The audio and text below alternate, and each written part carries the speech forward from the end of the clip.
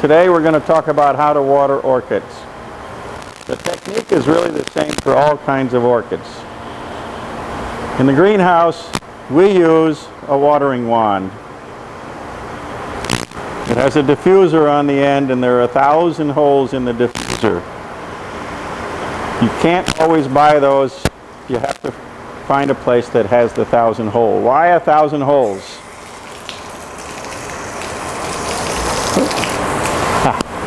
Because then you get a very fine spray. And this is what we're going to water. So we cut it back a little, and we put it on the top of the pot until the water is running out.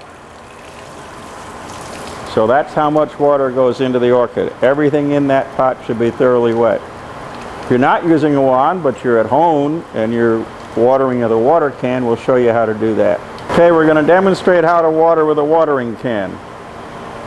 When you water with a watering can, you want the water all running out of the bottom of the pot. So you would normally do this over your sink and let it run out the bottom of the pot. You want to make sure everything in the pot is thoroughly wet. What do you water with? We recommend that you fertilize every time you water, except once a month. You use fresh water only to wash the salts out from the fertilizers. How much fertilizer in the water?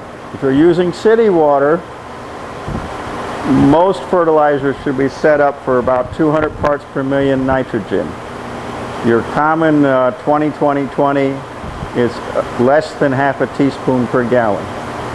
So you would mix up a gallon of water with a half or a quarter teaspoon of fertilizer and use that to water with every time except once a month.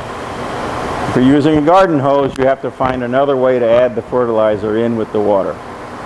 Some people recommend when you're watering, you first water the plants with fresh water only and then fertilize so that you wash the salts out every time. This is a little easier to do for a small group of plants than it is for a lot of plants. There are different fertilizers formulated for different kinds of water. Our water in Houston is a very good water, low in salts, so we can use almost any fertilizer.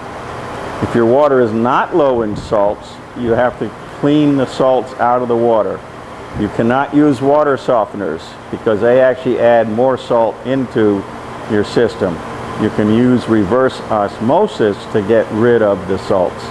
When you do that, you need a different kind of fertilizer because the reverse osmosis takes a lot of the micronutrients out of your water that is normally in city tap water.